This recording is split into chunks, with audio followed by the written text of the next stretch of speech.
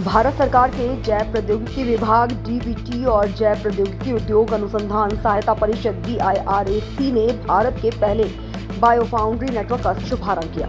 इस पहल का उद्देश्य देश के जैव प्रौद्योगिकी क्षेत्र को मजबूत करना और 2030 तक $300 अरब की जैव अर्थव्यवस्था के लक्ष्य को प्राप्त करना है। ये नेटवर्क BIOE3 पर्यावरण, अर्थव्यवस्था और रोजगार के लिए जैव प्रौद्योगिकी नीति का हिस्सा है और इसमें देश भर के 21 अत्याधुनिक बायो एनेबलर्स शामिल हैं। ये केंद्र स्टार्टअप, छोटे और माध्यम उद्यमों, उद्योगों और शैक्षणिक संस्थानों को साझा बुनियादी ढांचा प्रदान करेंगे, जिससे आयात पर निर्भरता कम होगी और रोजगार के नए अवसर पैदा होंगे। ये सुविधाएं माइक्रोबियल बायो मैन्युफैक्चरिंग, टिकाऊ कृषि, स्मार्ट प्रोटीन और अगली पीढ़ी की सेल और जीन थेरेपी सहित विभिन्न क्षेत्रों में पायलट और व्यावसायिक स्तर की प्रौद्योगिकी का समर्थन करेगी। प्रमुख केंद्रों में टाटा केमिकल्स, IIT मद्रास और लूरस बायो जैसी संस्थाओं के साथ साथ कई अन्य कंपनियां शामिल हैं, जो विशेष रसायन, एंजाइम और दवा उत्पादों के निर्माण पर ध्यान केंद्रित करेगी।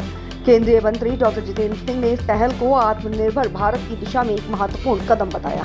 उन्होंने कहा कि ये सिर्फ बुनियादी ढांचा नहीं, बल्कि एक ऐसा इकोसिस्टम है जो हरित विकास और वैश्विक जैव अर्थव्यवस्था में भारत की अग्रणी स्थिति को मजबूत करेगा।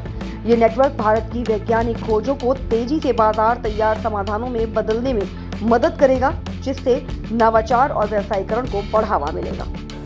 One can draw satisfaction in the fact that one has been as entitled as a chief guest to that deliver platitudes to be made fun of in the evening club of the audience.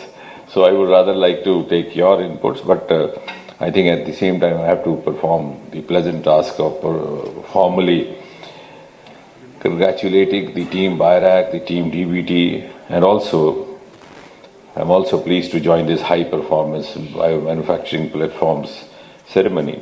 And as Rajesh was rightly telling you that on the 24th of August last year precisely, the cabinet under the chairmanship of Prime Minister Modi had approved of this, and before that there had been a tremendous exercise. There were series of presentations made. Rajesh had worked very diligently on this, and I must say that if we didn't have the kind of Prime Minister that we have, we won't have succeeded in rolling out this policy, because in every successive presentation it was put across that maybe it was not very relevant today, but it would be. And this is a kind of opportunity to scale up biotech ecosystem actually. Biotechnology के बहुत अलग अलग areas में innovations होते हैं, health में होते हैं, एग्रीकल्चर में होते हैं, एनर्जी सेक्टर में होते हैं, सस्टेनेबल इंडस्ट्रियल बायोटेक्नोलॉजी। अभी तक क्या थे कि कोई भी स्केलिंग कैपेसिटी लिमिटेड थी इस देश में।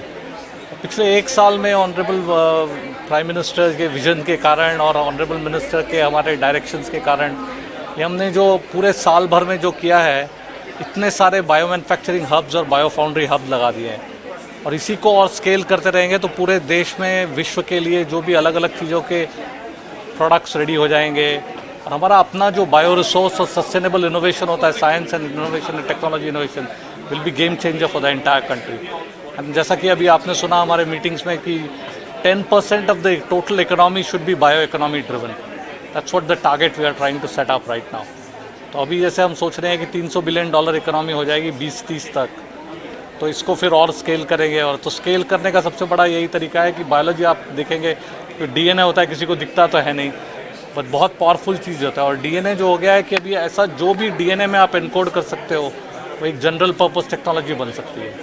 तो इसीलिए हम मजबूत करने जा रहे हैं, हमारे देश को मजबूत कर रहे हैं, हमारे लोगों को मजबूत कर रहे हैं, हमारे इंडस्ट्री एकेडमी ऑफ पार्टनरशिप को मजबूत कर रहे हैं, और इस तरह it is going to be a transformative for the entire nation. Thank you. क्या चेंजिंग आएगा आपके साथ? मुझे बता तो दिया मैंने, यही तो बोल दिया। सर, जो चाइना से जो अभी हमारा SCO जो समिट हुई है, उसको लेकर के क्या आपको लगता है कितना फ़ायदा मिलेगा? बहुत फ़ायदा होगा। ये तो इंटीग्रेशन से तो बहुत अच्छी चीज़ें बनती हैं, और अभी तो सब जगह पे यही हो रहा है कि world is looking at India, how we will participate along with the world. और ये एक बहुत अच्छी चीज़ है, और ऑब्वियसली ऑनरेबल प्राइम मिनिस्टर की लीडरशिप जो है और विज़न है, उसमें हम भागीदार हैं और हम उनके लिए काम करते हैं। तो जो भी वो बताते हैं उनके डायरेक्शन में काम करेंगे।